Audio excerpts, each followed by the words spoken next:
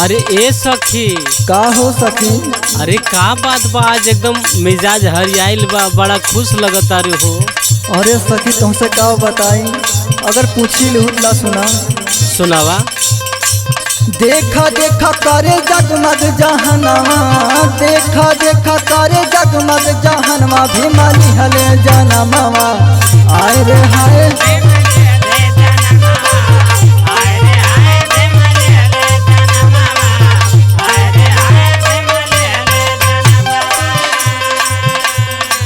सच भइल रात देखनी सपनवा, सच भइल रात देखनी सपनवा, भीमली हले जनमवा।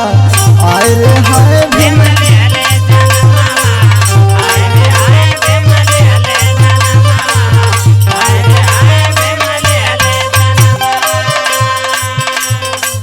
माता भीमा बहाई के अगनवा, माता भीमा बहाई के अगनवा, भीमली हले जनमवा। आए रे हाय भीमली हले जनमवा, आए रे हाय भीमली हले जनमवा, आए रे हाय भीमली हले जनमवा।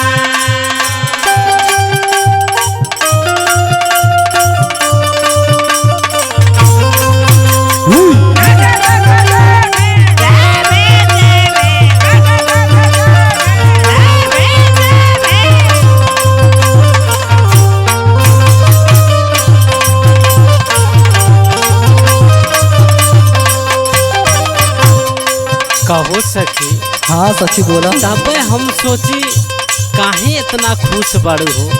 खुश कहा तू, ऐसा दिन है आज बाटे। अच्छा सुना सुनावा।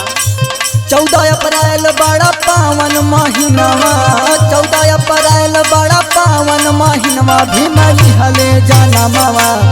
आए रे हाय भीमली हले जनमवा, आए रे हाय भीमली हले जनमवा, आए रे हाय भीमली हले जनमवा।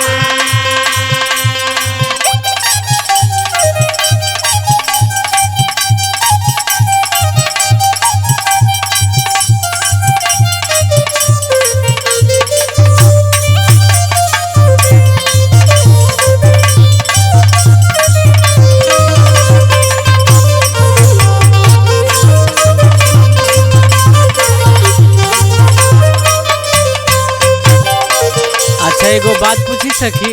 हाँ पूछा सखी। एकदम आज हमरो मन एकदम खुश कर दिलू हो। अरे सखी तोहरे ना हो जगह तू हमारे देवरे लोग के कितना खुश हैं। अच्छा सुना सुनावा। शिवम विशाल गावे सो हरे यागनवा, शिवम विशाल गावे सो हरे यागनवा, भीमली हले जनमवा। आए रे हाय भीमली